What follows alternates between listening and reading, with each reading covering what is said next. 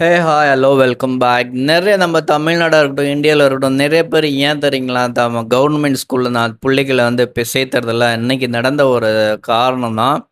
அதாவது பத்தாவது படிக்கிற ஒரு பையனும் ஒரு பொண்ணும் ஒரே கிளாஸில் படிக்கிறாங்க ஒரு கவர்மெண்ட் ஸ்கூலில்.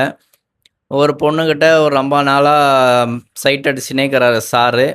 அதான் அத்தாடி கத்தாடின்னு திரும்போக்கி தற்குறித்தனமாக அங்கங்கே பொறுக்கி மேலே சுற்றணுங்கள. எப்போ இந்த பாரஞ்சித்து வெற்றிமாறன் எல்லாம் வந்து இந்த படத்தை இந்த கேங்ஸ்டர் படம் எடுக்க ஸ்டார்ட் பண்ணாங்களோ, அப்போலேருந்து இந்த ஸ்கூல் பசங்கள்லாம் பார்த்தீங்கன்னா பொறுக்கி மாதிரி சுற்றிட்டு இருக்காங்க. ஃபஸ்ட்டெல்லாம் வெளியே தான் சுற்றுவாங்க, இப்போலாம் கிளாஸ்லேயே பொறுக்கித்தனம் பண்ண ஆரம்பிச்சிட்டாங்க.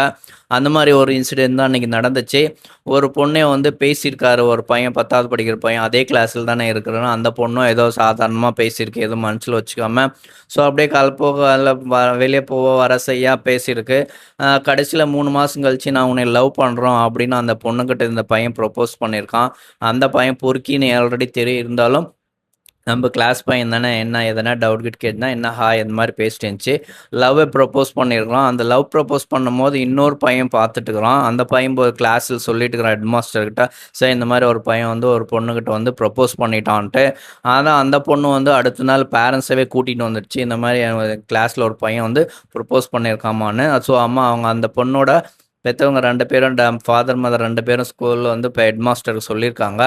ஹெட் மாஸ்டர் சொன்னதுமே வந்து அந்த பொண்ணை கூப்பிட்டு விசாரிச்சு, ஆமாம் சார் இப்படி தான் சொன்னான்னு சொல்லி, அதுக்கு இல்லாமல் இன்னொரு பையனும் சேர்த்தி சொல்லியிருக்கான், ஆமாம் சார் நானே பார்த்தோம் நேற்று காலையில் வந்து அந்த பொண்ணுக்கிட்ட ப்ரப்போஸ் பண்ணார் ரோஸ் வச்சுன்னு அப்படின்னு அந்த பையன் போட்டு கொடுக்கா.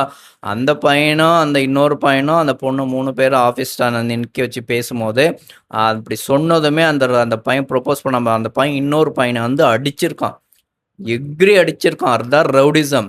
இதெல்லாம் எப்போ வந்து ஸ்டார்ட் ஆச்சுன்னா, இந்த பொறுக்கி இந்த பன்னிக்கறி தின்றான் பாரஞ்சித் வெற்றிமாறன் இருக்காங்க பார்த்தீங்களா, இவங்க எப்போ இந்த மாதிரி தற்குறித்தனமாக ரவுடிசம் படம் எடுக்க ஆரம்பித்தாங்களோ அப்போ தான் ஸ்கூல் பிள்ளைங்க கெட ஆரம்பித்தாங்க, கஞ்சா குடிக்க ஆரம்பித்தாங்க, ட்ரக்ஸ் ஆரம்பித்தாங்க. ஸ்கூல் படிக்காமல் அங்கங்கே அந்த படம் பார்த்து பார்த்து பார்த்து கெட்டு போயிட்டாங்க. நிறையா பார்த்துருங்க, அக்கில் சூத்தில் இங்கெல்லாம் வச்சு கத்தியெல்லாம் சொருவின்னு நாங்கள் தான் பைய பிள்ளை 8 வயசு பைய பிள்ளை ஆச்சாலி இந்த கானா சாங்க பாட்டுன்னு பாடினுங்கிற கோஸ்டிங் தான் இதுங்கெல்லாம். ஸோ இதனால தான் நிறையா பெற்றோர்கள் வந்து பார்த்திங்கன்னா கவர்மெண்ட் ஸ்கூலில் வந்து சேர்த்துறதில்ல. ஸோ அந்த டிவிக்கு அரசு வந்து இதை கொஞ்சம் கண்காணிக்கணும். இந்த மாதிரி மிஸ்டேக் பண்ணுறவங்கள உடனே டிசி கொடுக்கணும்னு நம்ம ஒரு கோரிக்கை வைக்கலாம்.